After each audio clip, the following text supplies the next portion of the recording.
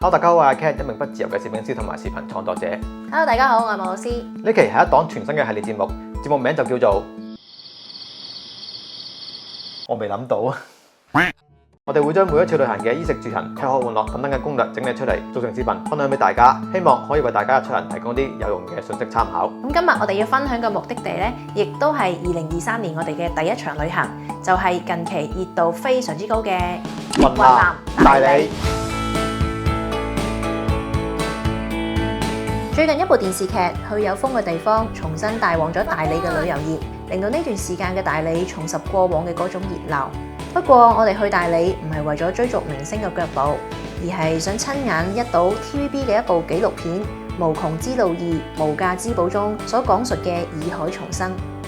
咁因應呢個主題啦，我哋今次嘅行程咧就主要圍繞蒼山下邊嘅洱海嚟展開。先送上我哋呢次嘅行程，大家可以暫停截圖保存作為參考。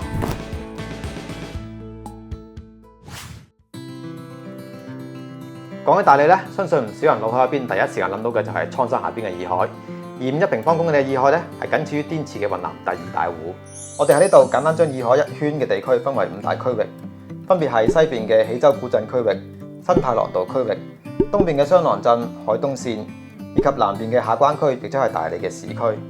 其中洱海西邊，從大理州婦幼保健院到桃園碼頭附近呢一段，係啱啱開通冇耐嘅洱海生態廊道，全長46公里，從南往北依次經過龍坑碼頭、潘溪渡口、廊橋、喜洲古鎮等等嘅打卡點。生態廊道由雙向自行車道同慢行步道組成，既唔可以行機動車，亦都唔可以行電動車，只可以通過步行、踩單車或者乘坐官方運營嘅觀光車呢3種方式通過。其中踩單車咧就係我哋最推薦嘅遊覽洱海嘅方式。單車可以選擇共享單車，好處咧就係隨踩隨停，機動性強。而缺點咧，第一個就係佢按時收費，費用會比較高。第二個咧就係佢唔係咁好睇，唔係咁上鏡。咁除咗共享單車之外咧，喺財村、龍坑碼頭、潘溪等等嘅地方咧，都會有一啲單車租賃嘅店。喺度咧可以租一啲山地車啦，又或者係比較日系嘅一啲單車，價格唔貴，租一日嘅價錢咧就視乎講價能力，大概係10到20蚊不等。最犀利嘅就係咧，幾乎每部車嘅車頭籃都有一束假花，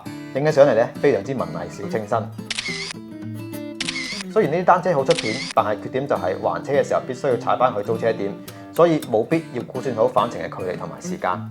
我哋喺騎行嘅時候發現，基本上90%嘅遊客都集中喺龍坑碼頭同潘溪網紅 S 灣兩個地方。其實生態廊道一路上到處都係好風光，礁石同蘆葦、花圃同濕地、棧道同樹林、藍天同埋嚟自西伯利亞嘅紅嘴鷗，可以話係一步一景。喺呢度咧，推薦幾個人少景美嘅打卡點。小粒莊碼頭附近有2條延伸出洱海嘅碎石路，可以近距離接觸湖水同埋海鷗。雙淵溪上邊有整齊茂密嘅杉樹林，行到深處好似置身於紅色嘅海洋。下雞邑村附近有一片貼住洱海嘅大草坪，十分之適合沿住湖邊散步。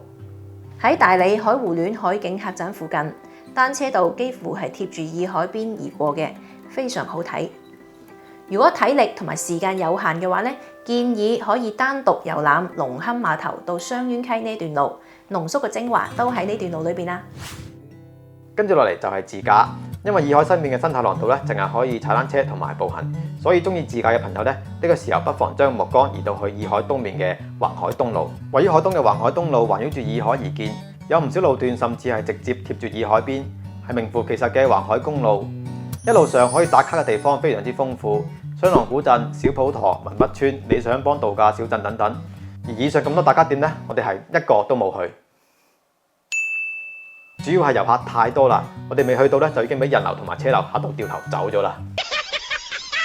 其實喺海東自駕咧，一路上都有好多好靚嘅地方嘅。如果唔想人逼人同埋啲小姐姐爭機位嘅話咧，但係可以隨便揾一個靠近洱海嘅地方停好車，喺湖邊行一行，坐一坐。我哋喺金梭島同銀梭島嘅對面發現有一片海邊樹林，環境幽靜得只係聽到風吹浪湧嘅聲音，偶爾都會有啲當地人喺度野餐。旁邊南村一站有茂密嘅蘆葦叢，金黃色嘅草叢同洱海相間，簡直靚到絕啊！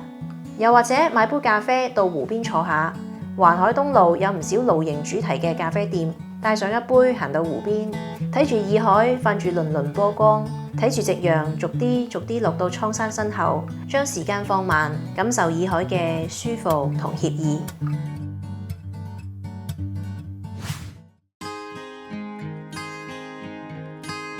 喺網絡上搜索洱海日出，大多數咧都會推薦你海西嘅龍坑碼頭。老老實實，龍坑碼頭嘅日出確實好靚，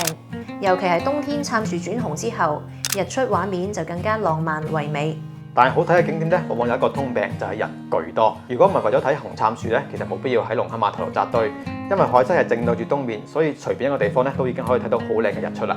推薦幾個人相對較少嘅地方：三聖島、小粒莊村碼頭、財村碼頭。另外，仲有一個睇日出嘅隱藏 tips。就係好似我哋咁樣喺預訂住宿嘅時候，專門揀海西靠近洱海嘅民宿。我哋當時住喺小邑莊村附近，出門就係洱海。早上唔使早起，直接喺房間嘅露台就可以見到日出啦。日出之後出門行幾步就到洱海邊，曬下太陽，吹下海風，睇下海鷗，唔使同啲遊客逼埋一齊，非常之舒服愜意。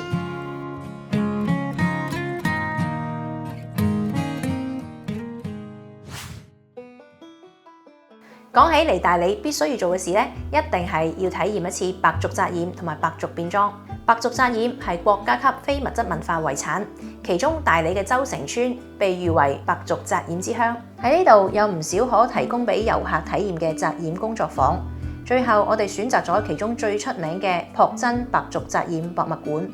咁之所以揀呢度咧，一個好重要嘅原因就喺呢度可以提供白族嘅服裝租賃。咁其實我哋本身咧都好中意民族服飾呢個變裝體驗，但係嚟之前我哋搜咗好多攻略，都揾唔到大理有出租白族服裝嘅店鋪。洲城雖然有好多白族嘅服裝店，但係基本上都係以售賣為主。一啲攝影寫真店咧，亦都淨係提供藏族嘅租借服務。咁抱住碰運氣嘅心態啦，我哋去諮詢咗朴真白族紮染博物館。點知俾我哋誤打誤撞咁發現到呢度原來係可以租借白族服裝嘅。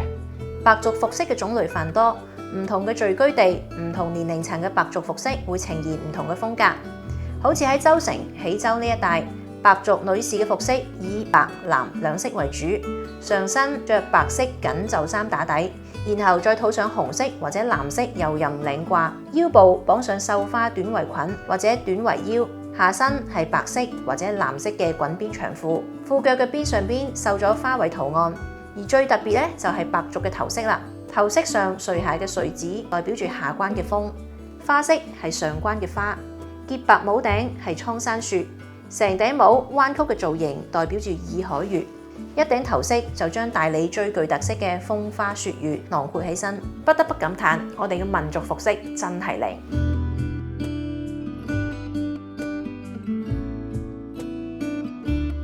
而換上白族服裝之後咧，就可以去工作坊度體驗白族紮染啦。喺呢度可以選擇製作圍巾、手提袋、衣服等等嘅款式。揀好布料同埋紮染嘅花式後，工作人員就會教我哋紮花型同埋捆綁布料，之後就放到板藍根染色鍋入邊染色。因為染液有密度，紮咗線嘅地方滲唔入去，所以喺染色之後咧，被紮住嘅地方就會呈現白色，而冇被紮住嘅地方咧就會染上咗藍色。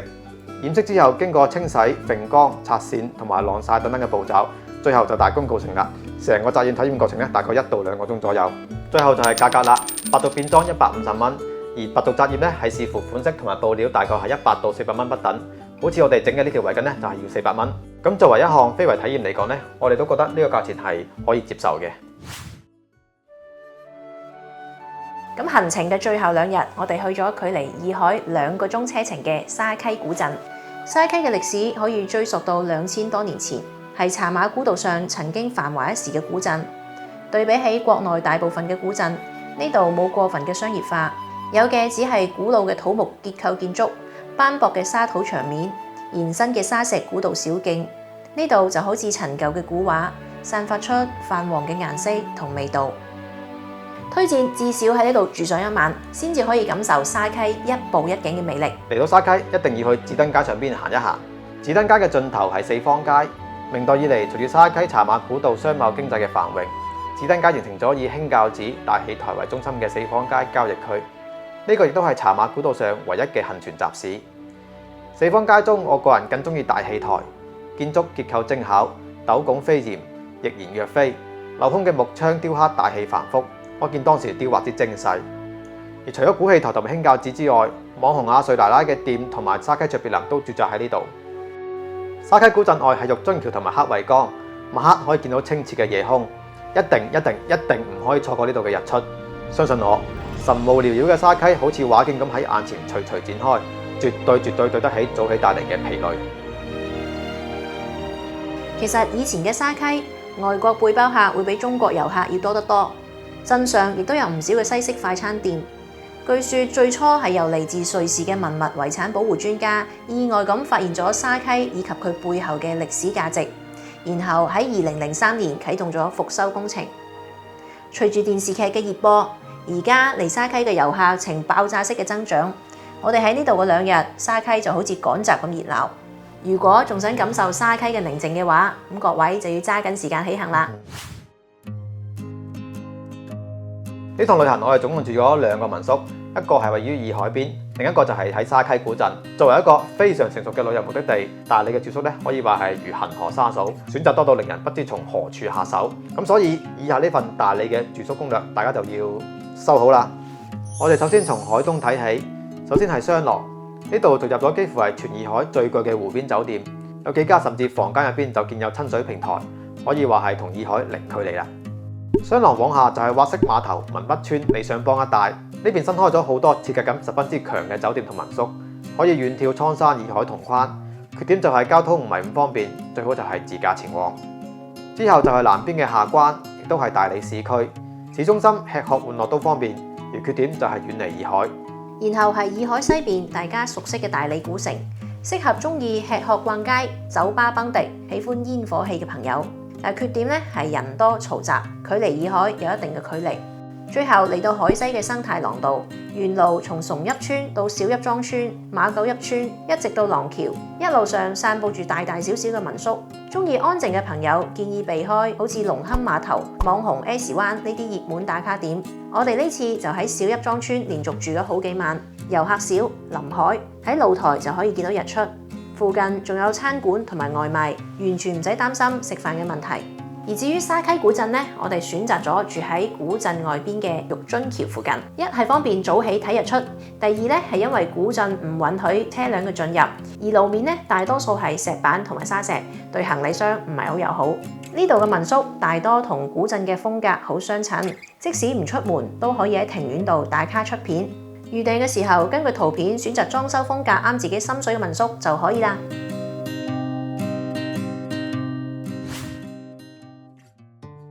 最後就係食啦，所謂食在雲南，首推大理。而總體嚟講，大理菜俾我哋感覺就係偏酸偏辣，非常之容易送飯。首推野生菌火鍋，用牛肝菌、雞油菌、蟲草菌、紅乳菌、青頭菌等等各種菇菌做成湯底，再將土雞放入鍋入邊慢煮，雞肉鮮嫩，湯底鮮味清甜，讚啊！然後就係雕梅扣肉，喺青梅上雕刻花紋並且壓成梅餅，配上紅糖同埋蜂蜜浸漬一段時間後取出，同五花肉一齊蒸煮，令肉中帶有梅子嘅清香，肥而不膩，味道鮮美。而大理古城嘅乳扇、卷粉、涼蝦同樣十分值得嘗試，尤其係烤乳扇。所謂雲南18怪，牛奶做成片片賣，先將牛奶做成片裝後晾乾，然後用火烤製，再將玫瑰糖漿捲入其中製成乳扇，香甜又軟糯。而想要體驗小資嘅朋友，推薦嚟到距離洱海3公里左右嘅鳳陽邑村，呢度至今保留住始建於漢代嘅完整嘅茶馬古道。古村非常之細，只有一條主路，唔到20分鐘就可以行晒。推薦主路外嘅周園咖啡，咖啡店係由一座老房子改建而成，裝修懷舊而且頗具心思。2樓仲可以直接睇到洱海，一定要試下呢度嘅烤奶茶，手工現做，香濃絲滑，非常之正。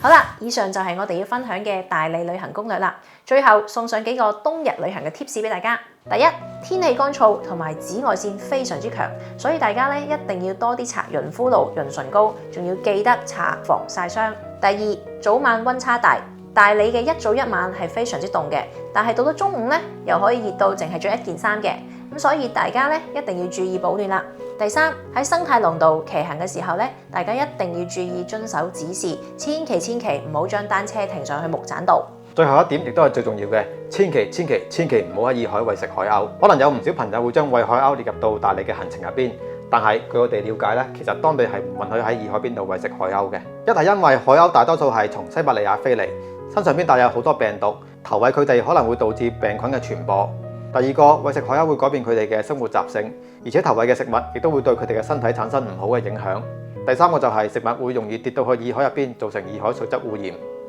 其實如今嘅耳海之所以變得咁靚，係當地用早幾年大刀闊斧嘅治理，用旅遊業嘅完全停擺換嚟嘅。喺度推薦開篇提到過嘅紀錄片《無窮之路2無價之寶》。紀錄片嘅第4集講嘅就係耳海嘅重生。B 站啱啱上架冇耐，鏈接我哋會擺喺評論區嗰度，大家有興趣嘅話可以去睇下，了解下耳海從以前嘅人進湖退到如今嘅人退湖進嘅壯士斷臂式嘅轉變。呢期視頻就到呢度，大家覺得呢份攻略有用嘅話呢，記得俾我哋一個一鍵3連，你哋嘅支持對我嚟講非常之重要啊！如果大家想了解邊啲我哋去過嘅目的地嘅攻略嘅話呢，歡迎喺彈幕同埋評論區話俾我哋知，我哋會一一做成視頻同大家分享。咁我哋下期旅行攻略分享再見啦，拜拜。